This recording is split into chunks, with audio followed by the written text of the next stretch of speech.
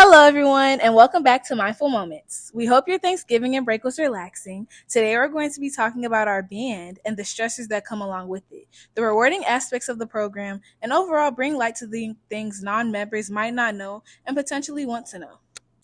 Yeah, hi guys. So just to refresh your memory, both of us, Kennedy and I, are both in band, but we decided to just do this special episode, and we have a few people with us. Do you guys want to say hi?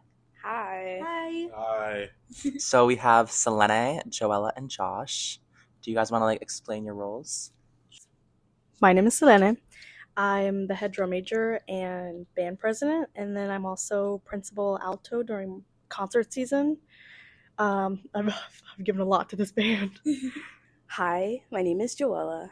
I am a senior drum major, and it was also my first year doing drum major, which was pretty cool. And I'm very grateful I had this experience.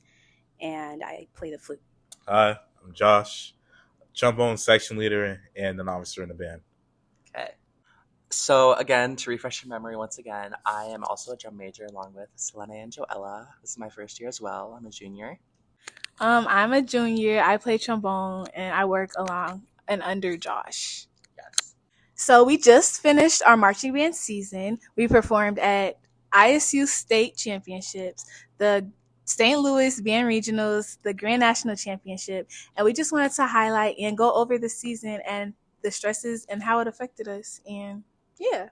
I think another important part of that was how we grew throughout the season, both as people and musicians, and just how we see the world differently. So yeah, I'm very excited for this episode. This was one of the first ideas that I pitched. So yeah, let's see how it goes. So Kennedy kind of explained our last few competitions, and that is our busiest time of the year. I think we can all agree, right? Yeah. It's called Bandtober because we have back-to-back competitions, and then Grand Nationals. We have a Nationals week. It's rehearsal every day after school, and this week we left a little bit earlier, so it was just hectic. It wasn't even hectic. It was just urgent, and we had to get moving. And I think it was a good refresh because a lot of us have been moving slower going into the winter season. So it good change of pace. Since this is such a busy part of the year, from you guys' perspective, how is it like being part of a student-led group, and what stress comes with living up to the legacy of the Marian Marching Band? I feel like it's fun being a student-led group. I feel like it makes the team stronger when you have role models, and it goes down well to the underclassmen so they can be their best when you're also seniors. But that does come with the stress of managing the younger people, watching over them, all that stuff. I agree. Getting this new perspective of the band being a drum major, having to take care of people from all grade levels was something I found that was very stressful, especially coming in with a different personality. I changed as the season went on, but it was definitely something that I found that was quite a challenge. Yeah, I think the biggest thing with there being so many different grade levels that we deal with as a drum major, I think a big part of that is the maturity level, and how at least for me, I can see certain people and younger people, and I can kind of predict or envision their future, oh, this person will be a leader, this person's going to be a big contribution to the band, and that's not a downfall to the people who I don't see that. It's just, do you know what I mean? And Joella, seeing that you went from marching on the field to actually conducting and watching the band, how do you think that changed? Do you like the perspective? Did it feel different? What was your outlook on that? I think the perspective was different in terms of musically, because on the field it's like you're submersed, but as you're watching, conducting, it's in your face, especially with the dynamics and the different I guess I want to say textures of music. Yeah. I feel like that's not, I don't know, a good way to describe it, but that's the best way I can describe it. Maybe someone can relate in a way. But yeah, I feel like having it all in your face, it's magical. It's like the notes are flying up in the sky and in the air. Well, honestly, because I think more visually, if anything. I also do art, so being able to hear it and see it in my mind was really cool. Yeah, I think Like obviously like when you're on a field there's like 130 people alongside us and we kind of have to do like the relative like same thing, same actions, but like as a drum major like obviously like we're all like coexisting with one another and like doing the exact same thing, but like I just feel like we could just be like more expressive, if that makes sense, kind of like you said, like we get to like do dynamics, do crescendos, like change our conducting style a little bit. So I think that's one thing that like me personally like I really enjoyed with like becoming a drum major. And like Selene, like as you lead the band, like obviously like I wasn't on the center podium this year, but like how do you lead a whole band like knowing that like everyone is like basically dependent upon you?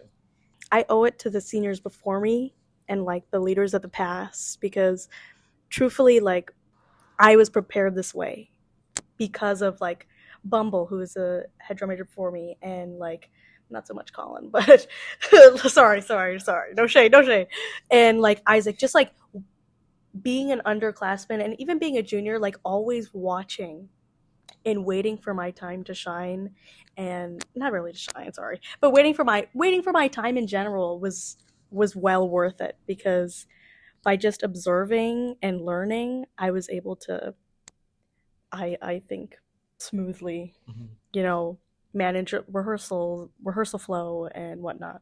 So yeah.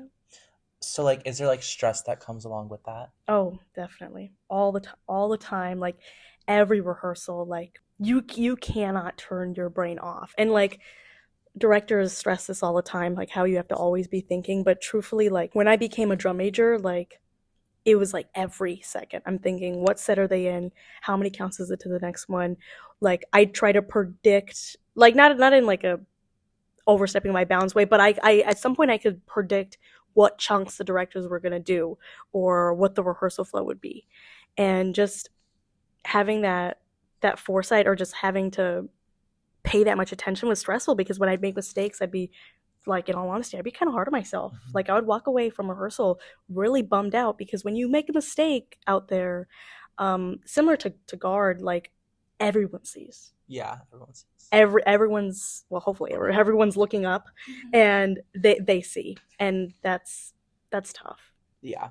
And to put it in perspective, like our shortest rehearsals are 3 hours. Like usually we're rocking like 9 to 5. So like it's not just like, oh, like she has to be like locked in on this for like an hour or two. No, it's like 3 to 8 hours. Like it's intense and it takes a toll. I do admire all the drum majors for keeping up with that, because I look at you and I know I'm messing up like I mess up a lot and I know that. But just seeing y'all and doing it perfect every time, I'm like, yeah, they chose them for a reason.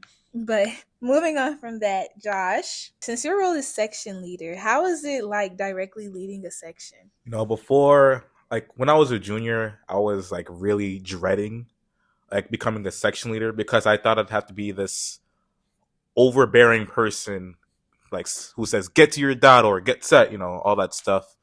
But it turns out you can actually be yourself, and it works out much better. And I felt like that made rehearsal go much smoother. It was actually a lot of fun, to be honest. So how do you like adjust to like how many members are in your section? 12. How do you adjust to like all 12 different like learning styles and all different like like dynamics? I feel like understanding their learning styles comes from understanding them as a person first. Mm-hmm. So building connections from like friendships and all that stuff. If they tend to be quiet, what pushes them? If they're like already motivated, how can I push them more? Stuff like that. How do you separate the friendship and actual leadership difference between being a section leader, if that makes you get what I'm saying? Yeah. You have to understand that there's a time for everything. We can make jokes about people dropping their slides all the time, and but we gotta make sure to still get stuff done. Yeah, and that's understandable. So I will be section leader next year, and I'm dreading it how he said he was his junior year. Not necessarily dreading it, but like I'm scared. I don't want it to like be the section leader and then everything falls apart. But having him and even my past seniors as role models, I feel like I'm set up for success, and I think they set me up pretty well. I have something to add to that. So when like tensions are high or like there's a lot of stress, how do you alter your teaching methods like with your section, or like even when like you yourself are also stressed? Well, one thing I can say is there was a lot of rehearsals where it's been stressful, like everyone was like sort of impatient. So sometimes it's best to just reel yourself in, have some patience, be empathetic, and understand what place another person is in before acting. For all three of you now, like, what do you guys specifically do, like, when tensions are high, like towards the end of the year, or just like when there's like a lot of stress and like you feel overwhelmed and like everyone's overwhelmed, so it's just kind of like like an entire band of like 130 people overwhelmed and tensions are high. I try to stick to the basics, like try to get people engaged. Even counting, it can make a rehearsal a lot better. Stretching, if you chant a lot, even that can raise the attitude, even if it's just a little bit. Every bit matters. When times get stressful, you just got to stick to the basics. I feel like one thing that I saw that I did helped was just going around kind of like for me, I sometimes would participate in section stretching and trying to get like the section to be hype and making sure like they're looking forward to performing and putting what they've practiced on the field. So in terms of when tensions are high, I guess between the band, or maybe it's like, band and directors, or, between sections, and like, as drum major, you're kind of like in the middle of it all. I feel like for me, like when you have free time and you're taking that, which is like basically never, but when you have that little amount of free time, like maybe it's in lunch, like sitting with Selene and Natalie and Angie, like in Mr. Turner's office, like during lunch, really like helped me when things were stressful. Like I deal with a lot of anxiety, and then on top of that is like perfectionism. So, sometimes even though I know that I'm not alone, during that it can feel you can feel very, very, very alone. Like Selene said, like when you're up there, like for me, when I did one of the movements during our show this year, and it was really nerve-wracking having to it was my first year, and I had to be just as good as Selene does it, and it was really like it was hard. But taking the time when you do have that small amount of time with like anything that you're doing that requires a lot of hours, just to think and relax and just try and meditate or pray if you believe in God, I think that helps. To put it in perspective, like people like might just like look at like as like of like we just like perform at a football game, but like no, we do so much more than that, obviously, what we're talking about. And like again, like we're not doing this for like 2-3 months, we're working on what we work on for 6 months, and then we do that thing. So obviously if you're with the same group with so many hours, again, like 9 to 5s, like there's tension. It just doesn't come out of nowhere. For the record, Joella did amazing. She did amazing. So do what she said and it'll work. But for me, I kind of reflected on, I keep talking about the past, but like, what can I say? It has a lot of lessons. I reflect on that season or past seasons, because there has been, to be honest, like there's been more drama-filled seasons than this one. I know, never mind. But point is just reflecting and taking time to center myself and just realize like we're all here, hopefully, just for the same reason. We're here to be excellent. We're here to make art. We're here to move people's hearts. Like it's all the same goal. And then when people get frustrated at each other for like having faults or whatnot, I really have to take a step back and realize like these criticisms aren't to hurt me, but to help me. Yeah, it's very constructive. I feel like people tend to underestimate how much of an effect you can have on another person.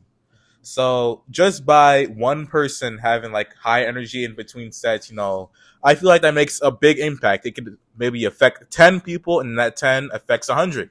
That energy tends to spread very well. I actually have a question for the drum majors, and I think this is like something like I experienced throughout the season, about like knowing that like obviously as a section leader you have so many people looking up to you, and as a drum major in reality you do have all those people looking up to you, but they aren't like in your position. Do you know what I mean? Like as an underclassman, you're like, oh yeah, like I play the flute too, I'm just not as good as it, or I'm not as experienced, and I'm not in that position. But like if you're on the field, you're not a drum major. So how do you two think that like your positions inspire others? Like even though you aren't directly like working with them or like individual section, like how do you think that works out? I think, I've never really thought myself to inspire, but I've had people come up to me. Yeah, I've had people come up to me, say they were inspired, and I'm just so taken aback. But I'm like all I do is wave my arms. Like, are you sure, bro? Like, what am I really doing up there? But I realize like they see me as sort of like this super responsible, super focused, super band, super girl. Like I don't know, like just like a girl boss or whatever. And I'm like, you know what? Now that I think about it, that's how I saw Isaac. That's how I saw Bumble. Like that's how I saw my some of my previous section leaders, the previous section leaders in the band, and it makes me tear up because it's just like, dang. Like I remember being freshman, sophomore, junior, being like, what am I going to do when these seniors leave? Like, who is going to be Santa? Like, we talk about this Santa reference. Maybe we'll explain it later, but who's going to be Santa? And, like, I'm so thankful that I'm able to have that impression on people. Yeah. One of my big reasons for becoming drum major was Bumble, the past drum major. And like freshman year, I was like, oh my God, Bumble's drum major. Like, oh my gosh. And like, I was like dead set on being drum major. And then sophomore year, I kind of got like comfortable with my section and kind of like accepted the fate that like I was gonna potentially like be section leader. And then I was just like, oh, okay, fine then. Like I'm just not gonna do drum major anymore. And then the day that we had essays that were due or like recommended for drum majoring, and I went in our director's office, Mr. Piter. If you're listening, you already know what I'm going to say. I went in his office, and I was like, "Hey, do you think I would like make a good drum major? I'm considering trying out."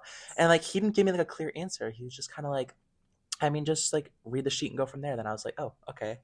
So then I turned in like a 2-page essay like 2 hours later in his office, and I was like, here you go. I'll be at auditions, blah blah blah. And then here I am now. So I think, like I said, like I think there's a lot of inspiration that comes with it. It's just hard. You have to like look at it with like a silver lining. You have to see like a specific thing and like what makes you want to become that and what makes you want to be that senior. So, Josh, if you realize a past leader's mistakes or something that benefits the section, how do you incorporate that into your teaching? If I remember a part of a past section leader's teaching that I didn't like, I try to remember how I felt in that moment and then like see how do I want to make my current section feel. Like I don't want to present that same uncomfortable feeling onto them. So I try to adapt it in a way for it to be a positive. I took a lot. I'm a combination of all my past section leaders. So if anything, I'm thankful for them because they were pretty good, but there are some bad things. Is there an example you can think back to that you that you would say you not necessarily fixed but made better in your opinion? I would say I kind of liked how I motivated the people in my section. I know, like personally, my freshman year, I was a bit too passive of a person. So when I got pushed really hard, it started to take a toll on me. So I start to be like more gentle with how I push people, and I think that was a net positive. Okay, guys. So backstory on Josh. Basically, my sophomore year, there's this thing called Alamier, if you didn't know. So you audition for it to get a spot. And so he didn't want to audition. And he was so like, he just did not want to audition. He went in the office. He was like, I just don't want to do this. And Mr. Prater said no. He said no. So Josh auditioned and he ended up sitting third chair. He ended up progressing to all-state. So now he's sitting first chair in the senior orchestra in our district. And obviously he's going to be an all-state again. But I just think I take him as an example to keep going, never give up, don't doubt yourself. And he's taught me that a lot. If you doubt yourself, it's just limiting yourself. If you set high expectations that you don't reach, it's okay because you can reach it next year. You can try again and you can just be better from there. Use yourself as your biggest inspiration because you can only get better from where you're at now. That's how I like to look at it. Going back on like mistakes and like benefits and like noticing them. Personally, I've kept my tabs on people and like no, like ever since sophomore year, I was like, like I really liked how this worked freshman year, didn't like how this worked sophomore year, and I think there's a lot of like comparison with like past leaders, and like there's just stuff that like I have wanted to do like with the section. Obviously, like I'm out of that section now. I'm a drum major, but I think keeping tabs on yourself and like being humble and also like just like knowing what you want to do because this is not something that like you can go into blindly. Like seriously, if Selene went into it blindly or like Joella, because like she's actually blind, but like okay, back to serious. But like seriously, like if Selene or Joella like went into this blind and like went into their position or just like a rehearsal, can you imagine like how undriven they would be for their position or like how the band would like basically like deteriorate, but because of how influential and like how on top of themselves that they were, it was an amazing season. Like I really do like, I'm so proud of you guys this season. Like I couldn't have looked up to better people. Like obviously like we can talk about past people like as much as you want, but like I think this year was such a good year. And I think like for drum majors in specific, I think we had a very strong and influential year, and I think like it just shows. Like last year when I was at auditions, there were like 4 people auditioning. This year, I think there's like 15. Like there's a lot of people. I just think we've had such an influence on them, like especially you two. And one of the acronyms I want to use next year is in order to be a drum major, obviously you conduct, you have to have confidence, and you need to be like clarifying, and you need to have clarity. So I just think all of this like interrelates with the position, and I think you guys have just done like a fabulous job, and like I can't wait to continue on like so many great things that you guys like have done this year, next year, and hopefully pass it on and so forth. Overall, being a student-led group, I think it makes an impact on us and just shows what kids can really do. And I'm not saying the directors don't do anything because they obviously put the whole program together, but we really take it upon ourselves. Like, there's no adults on that field performing the show for us. It's all kids. We're all under the age of 18 or 18. The drum majors kids conducting the show. We're playing the music. Color guard spinning the flags. Like, this is all set up on our shoulders. The pressure's on us as soon as that we get onto that field. The field is ours. And we say that every time we perform. For that 10 minutes, 11 minutes of that show, that's our field. Nobody can get on it. Like, the show is ours. So we really just have to do our job to keep the energy up during rehearsals, to keep it moving in the rehearsal flow. No matter how we're feeling that day, you just got to try to keep a high energy. No matter, if you had a bad day, you just got to come with 10% energy, 100% energy, so that the whole section doesn't get that off of you, because you reflect other people's emotions also. So if you're in a bad mood, people around you are bound to be in a bad mood too. So you just got to bring that energy always. You said the word reflecting, and like I think we asked this earlier, but like I don't think it actually got answered. But I think this is like a really good question for those of you who do not know the Marian band. Like it's a very like renowned and a very like profound band. It's just like we have a lot of history, we have a lot of trophies, but that's not what matters. What matters is like how we are as a group and like how we have been together and how like we stick together. And I think a huge thing that comes with it is like, how do you guys like deal with the stress that comes along with like living up to like this legacy? So, yeah, yes and no, because we're in a weird position because our legacy is changing. Like these past 4 years, like it's been change. Like we've had like 2 different assistant directors, 2 different percussion directors, 2 different whole main band directors. Like it's weird, and like only having Mr. Bim for 2 years, but then having Mr. Piter for 2 years, kind of skewed my vision a little bit, because with Mr. Bim we were, and it is not a comparison game whatsoever, but with Mr. Bim we were constantly reminded of legacy. We were constantly reminded of those rehearsals in 1980 or whatever. We were constantly reminded, and in a way that was motivation. That was like, we want to be like those kids in the 2000s, like, or at least I wanted to. I wanted to be about you guys. But point is, that was where a lot of motivation came from. Like Mr. Bim's just stories and stuff. And Mr. Piter, he was really big on like you having ownership over this season and like not really worrying about like, yes, we have this great history, but you're living it right now with these people, like this year, this group, this fall.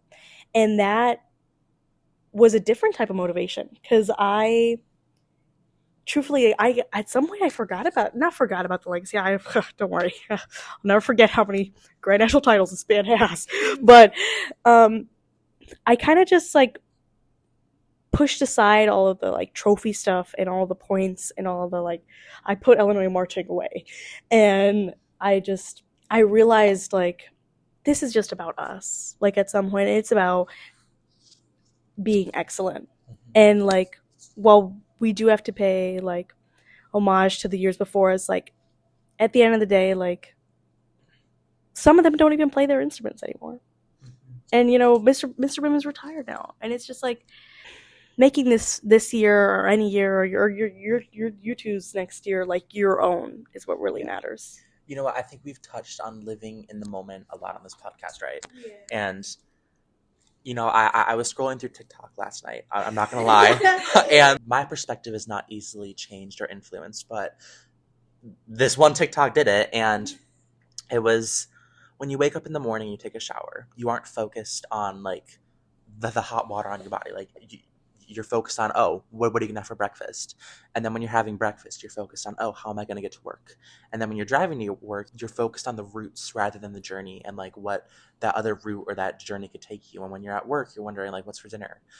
I think living in the moment is so important because if not, then it just all catches up to you. It all catches up to you. And I think I'm a victim of that. And there's been like a lot of comparison personally for me, kind of like how you said, like, yes and no. I think for like me, it's been more yes because I'm like, oh, you know, like next year Selene's leaving. Like, like I have to be Selene, obviously, but like at the same time, it's like, where's Dylan? Like, do you know what I mean? Like, every year's different, so it just depends. I think that also goes back to the 4 years of high school fly by so fast, and I know you guys coming up to graduation in May are looking back like I was literally just a freshman coming in for orientation, and now wow, I'm about to graduate, I'm leading a band of student leaders. Like it's like wow, time flies, and we used to be freshmen and now we're looking up to you as our seniors. That's fun, I think. Don't make me cry. You know what? I came in this band and I saw Selena and I was like, she's so mean. She never says hi to me. And now like she's like a really close friend of mine. And it's just like it's like that TikTok trend where it's like, oh, like a picture of you as a kid and like you now, and it's like, oh, like we're doing this now. And it's just like, do you know what I mean? It's just like I've grown like with these people and now like they have to grow with themselves. Like they're starting over next year. You guys are freshmen. Like, do you know what I mean? I'm excited. So, and I think we've touched on growth a lot, and that's like a beautiful opportunity. Do you know what I mean? And like, I don't know what you guys want to do in college. I don't know if you guys want to do anything music related, but if you do, like, that's such a beautiful opportunity, and that's such like a factory reset. Because like, yeah, you were in the Marian marching band, but you're not in it anymore. Do you know what I mean? Mm-hmm. But now that you guys are going off to college, and well, we're not there yet. You still have like 5 months. We still got to get past finals. How do you guys feel that you're just going to leave this legacy that in like 20 years, these kids are going to watch this show that you conducted, that you marched in, you led a section in it, you just became drum major your senior year? How do you guys feel that you're just going to be memories? You know, I feel like it will be memories, but like it also doesn't have to be. Like there's still going to be different bands. Although I might not know these people or kids, they're still going to be carrying on that legacy, that the drive, the pursuit of excellence. I think that's very comforting. I think that it's memories, but you know, it's still my home. Like I'm also involved in Black Student Union, and the initial president or the person who started it came back and he told us, you have to stay involved. Just because that I'm leaving does not mean that I'm going to be gone forever. I mean, maybe in the eyes of, I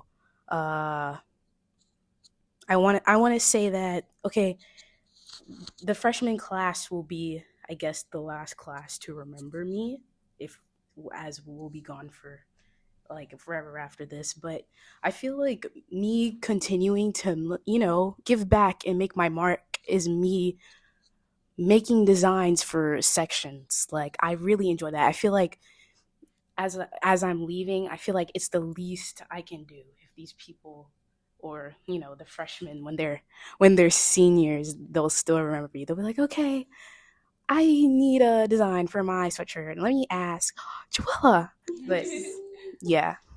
Anyways, that it's far away, but that's a great question. Yeah. One thing I also want to mention with like life ahead and being an alumni eventually, not yet. Don't let the senioritis kick in. Point is, being a drum major, we go to awards and we meet alumni there.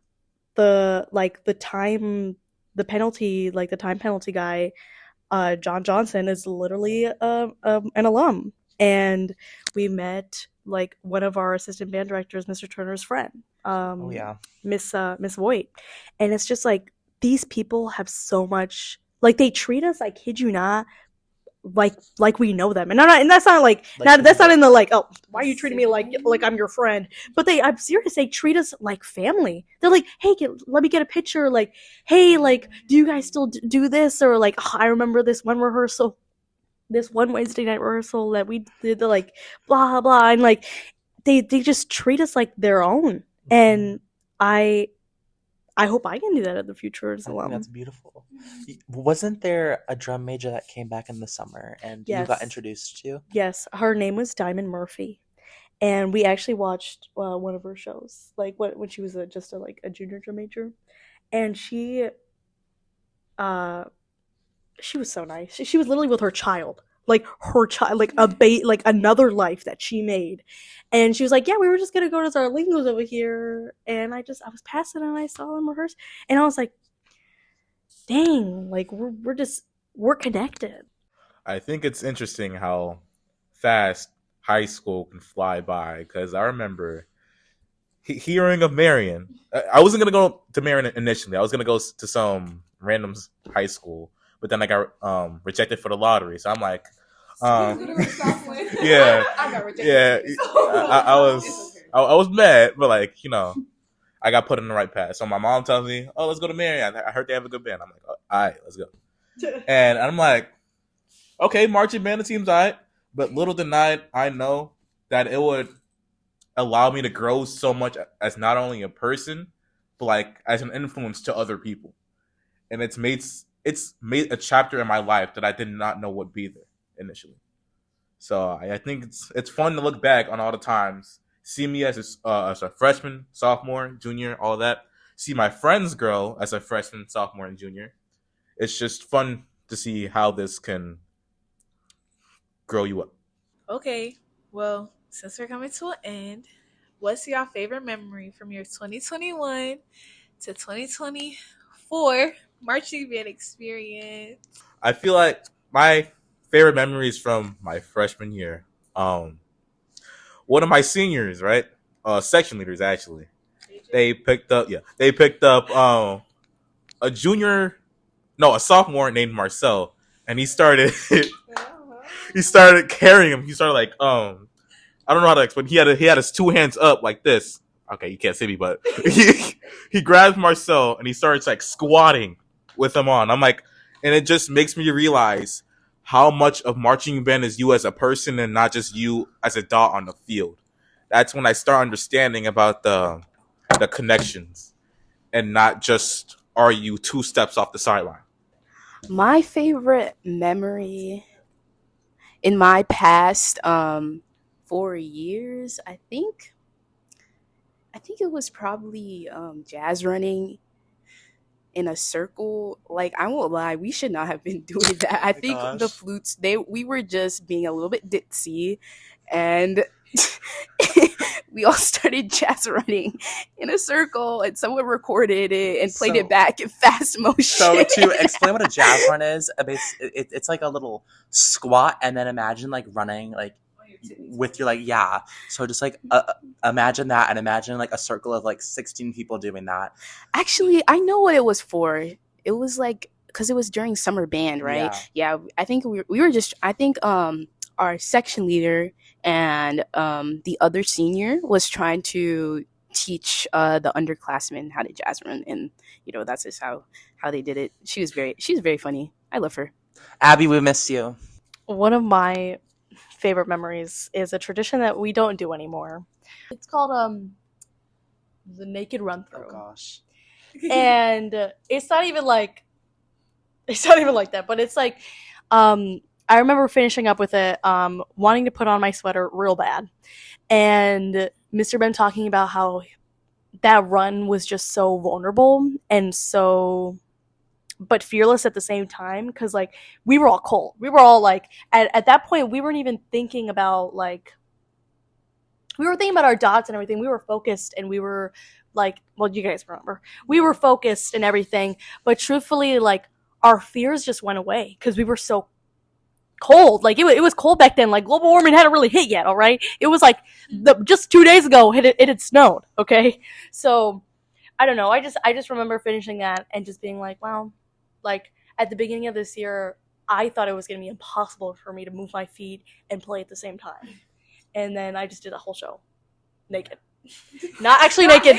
Not actually naked. So do you want to like explain what you guys like wear? Sorry. Yeah. We wear basically like biker like tight short or like Nike Pros or whatever, and then like a sports bra. And the guys would just do shorts. What was the inspiration of that? Like, so Mr. Bim, if I remember, I might be wrong, but apparently in preparation for summer nationals, they were in Whitewater, Wisconsin. I might be getting these details wrong, and you know what? He's going to get me in my sleep, and that's all right. It was something like that. They were doing a summer rehearsal right before, and these guys, these absolute dude bros showed up in Speedos because they could do that. It was hot. It was the summer. And did a full run in Speedos. And then it just became a little trend, like when they still used to do summer nationals here, like wearing Speedos for each run. Like the girls would wear like swimsuits and whatnot. But obviously like that developed to like the winter and like being a winter thing now when we do it in November or last. Selena did not make this clear. We do not do this anymore. No, sorry. It's long gone. Yeah. Oh, sorry. Did you guys do it or no? I most definitely did it. I was one of the people who threw like their entire shirt on. Perfect. It's definitely I wouldn't do it. Like if it was this cold, like I probably wouldn't have done it, but Absolutely not. It was like I'm new and I'm a freshman and like why not? When you see something like the naked run through from the outside, when you see it on paper, it's just like, why the heck would I do this? Like all of you watching right Yeah, now. Like, why all would of I you do that? listening. Would I freeze? But like when you're actually on the field, what at the time it was like, was it like 160 or something, around that number? They start taking their shirts off. They do this at least. Okay, they're like, I'm like, okay, I'm in it now, and I just throw my shirt on the sideline. Yeah. Okay, well, I'm marching without my shirt, and I'm cold. You're like, oh, my instrument is cold. I'm cold. Like, what the hell? Like when an entire group does it, I think you feel more welcome, and it's just like you feel more of a connection. but that's just another thing. If everybody contributes, then everybody's going to want to participate. Like even little things like counting or dudding loud enough or being there, being in the moment and participating, enjoying the people around you, their company, and these memories that you're going to have. Because if you didn't participate in the Marian Band, they're never going to have these memories. Yeah. And I'm sure you can only agree with this type of stuff with people from the Marian program. And that's just something you get once in a lifetime. So cherish it. So now, I think this episode has had its runtime. And as that brings us to a close. Oh, this episode has been so good. Thank you guys so much. Literally, did you guys enjoy? Yeah. I know. We enjoyed it too. I think, actually, guys, in case you did not notice, the memories thing was unscripted, but I think that's the highlight of the entire episode. Yes. Yeah. Before we close, I actually want to do a quote that our current band director, Mr. Piter, always says. If not you, who? If not now, when? I'm not going to explain it, just however that resonates with you or your situation, let it resonate it. Think about it. Think about it.